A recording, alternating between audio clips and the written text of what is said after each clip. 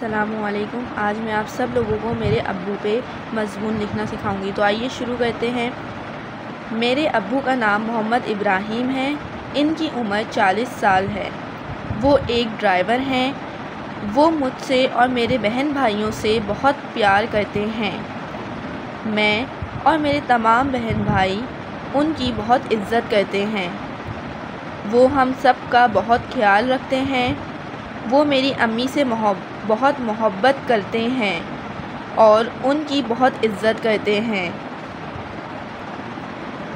میرے والد سادہ زندگی اور اعلیٰ سوچ پر یقین رکھتے ہیں۔ وہ ایک ذمہ دار فرد بننے کے لیے ہماری پرواہ اور رہنمائی کرتے ہیں۔ وہ ایک بہادر آدمی ہیں۔ میرے والد باقاعدگی سے باجماعت نماز ادا کرتے ہیں۔ وہ ہماری ہر جائز خواہش پوری کرنے کی کوشش کرتے ہیں اور ہمیں چھٹی والے دن سیر و تفریح کے لیے پارک وغیرہ لے جاتے ہیں۔ وہ اسکول کے کام میں بھی ہماری مدد کرتے ہیں۔